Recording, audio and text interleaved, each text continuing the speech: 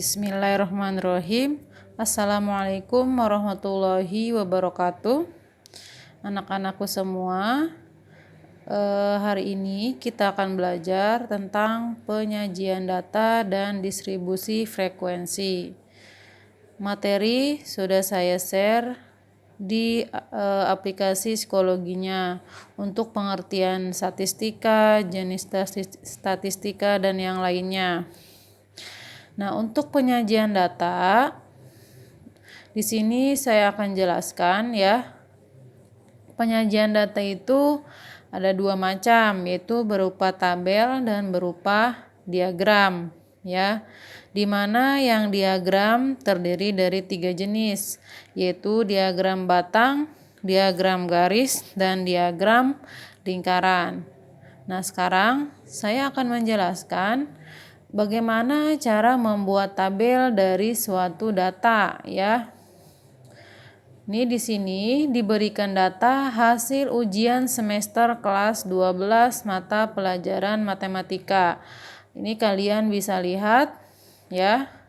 Nah, bagaimana caranya data tersebut kita sajikan ke dalam bentuk tabel. Nah, berarti kita tinggal masukkan tuh nilainya berapa saja yang diketahui. Nah, di sini ya ada nilai 50, 60, 70, 80, dan 90. Nah, sekarang kita harus tahu kira-kira berapa jumlah siswa yang memiliki nilai 50. Nah, ini kita bisa cari ya di data ini. Kita hitung ya, nilai 50 berarti ada berapa orang? 1, 2, 3, 4, 5. Nah, ternyata banyaknya siswa yang memperoleh nilai 50 ada 5. Berapa siswa yang mendapatkan nilai 60? Nah, kita cari datanya di sini ya. Ini 1, 2, 3, 4, 5, 6, 7, 8, 9. Ternyata yang mendapatkan nilai 60 ada 9. Kemudian yang mendapatkan nilai 70, kita hitung ada berapa?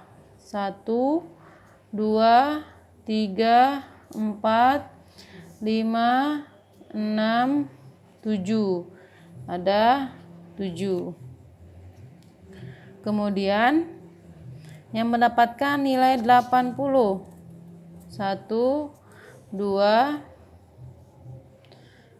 3, 4, 5, 6. Ada 6 ya. Sekarang yang mendapatkan nilai 90. 1, 2.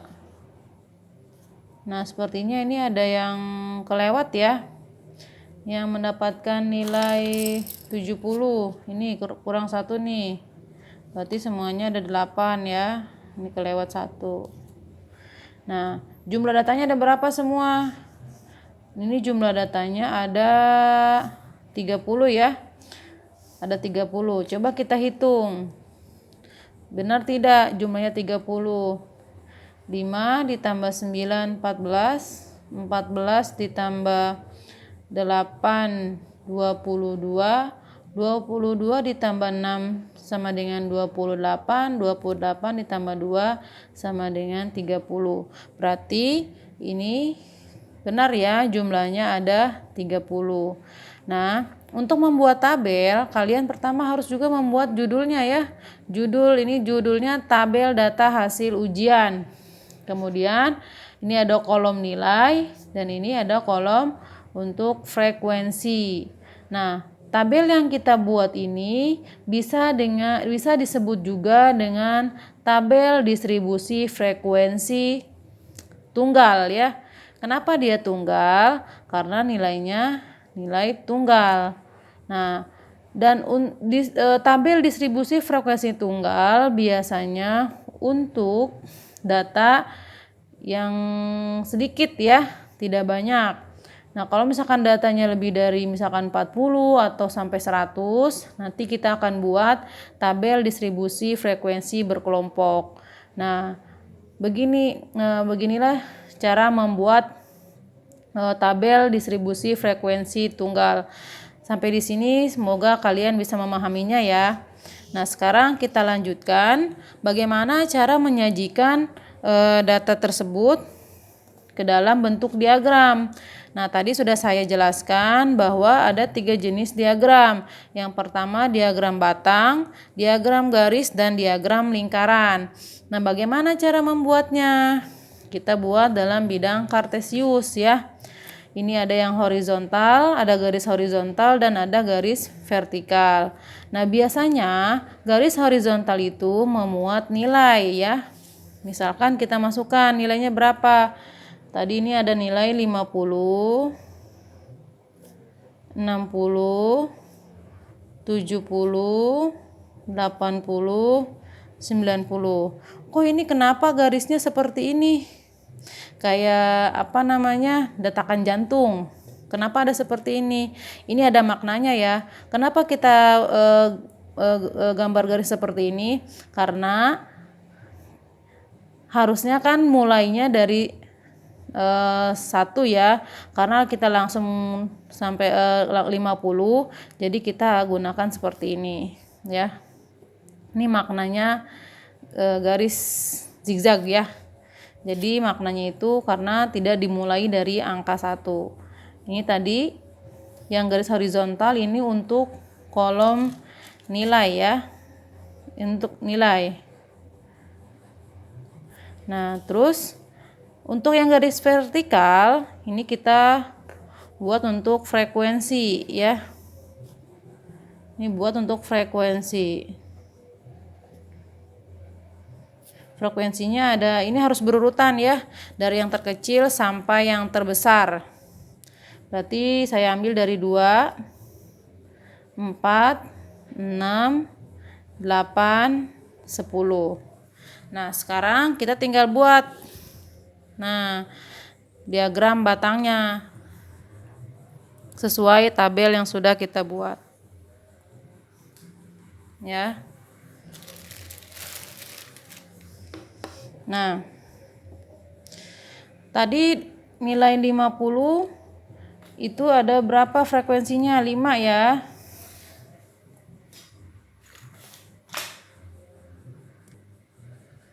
Nah, nilai 50 frekuensinya ada 5, berarti 5 di sekitar sini ya. Ini kita buat diagram batangnya ya. Nih, untuk 60 ada 9, berarti sekitar di sini ya.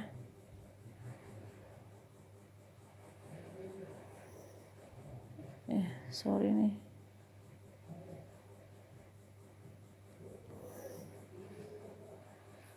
Kemudian yang nilai harusnya di tengah-tengah ya.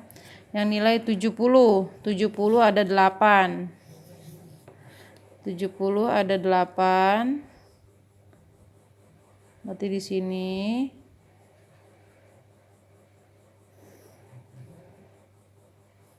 Kemudian 80 frekuensinya 6.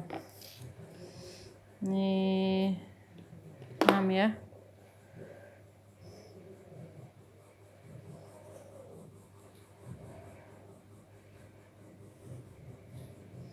Dan yang terakhir untuk nilai 90 ada 2 di bawah. Nah, ini adalah diagram batang ya, jadi bentuknya seperti batang. Nah, bagaimana untuk diagram garis? Oke, sebelum ke diagram garis, ini yang garis horizontal tidak harus nilai ya. ini bisa kalian balik, misalkan nilai di yang vertikal, frekuensi yang horizontal. Jadi terserah kalian mau yang bentuknya nilainya yang di horizontal atau di vertikal, itu terserah ya, sama saja. Oke, sekarang kita buat yang diagram garis ya.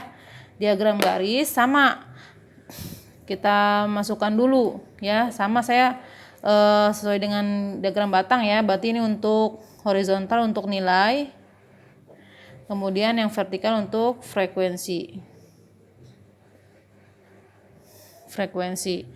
Kita masukkan nilainya, ada 50, 60, 70, 80, 90. Untuk yang frekuensinya sama 2, 4, 6, 8, 10.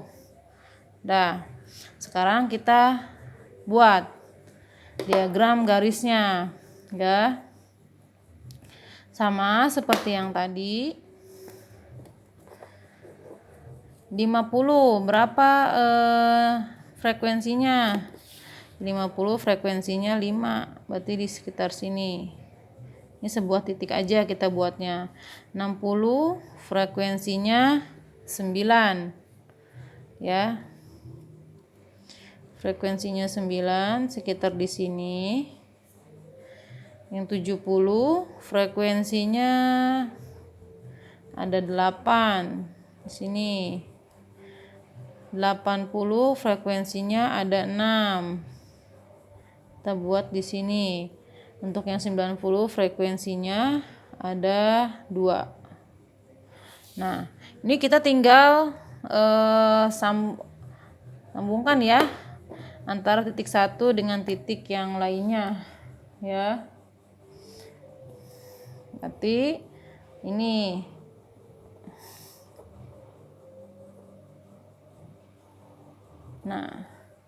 berarti ini adalah diagram garis ya. Sampai di sini mudah-mudahan kalian bisa memahami atau membuat data menjadi diagram garis ya. Nah, sekarang kita akan membuat diagram lingkaran. Nah, ini kita harus tahu dulu ya bagaimana cara membuat diagram lingkaran.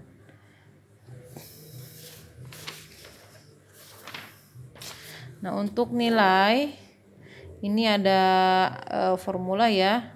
Ini XI sama dengan FI per N dikali 360 derajat. Ini untuk menentukan sudutnya ya. Kemudian untuk menentukan persen, ini ada juga XI sama dengan FI per N dikali 100%. Jadi ada 2 nih ya. Ini untuk menyatakan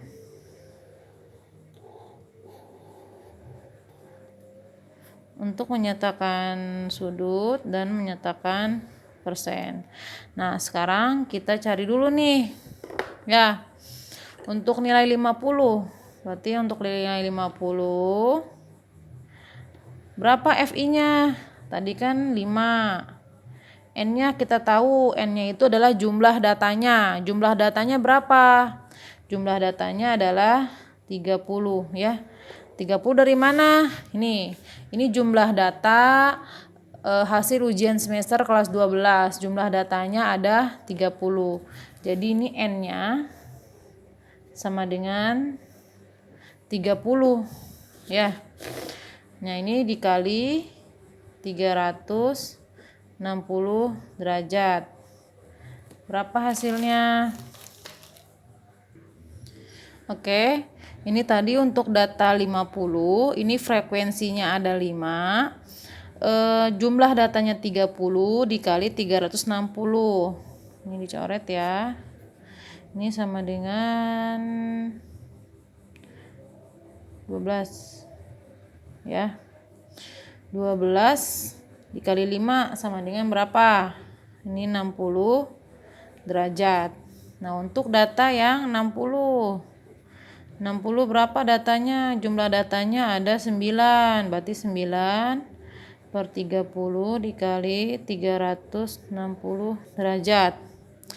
Berarti ini ya 360 dibagi 30 sama dengan 12. 12 dikali 9 sama dengan 108 derajat.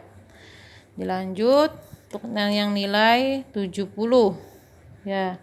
Nilai 70 jumlah frekuensinya tadi 8 ya. 8 per 30 dikali 360 derajat. Sama ya. Berarti 12 dikali 8 sama dengan 96 derajat. Lanjut. Untuk yang nilai 80.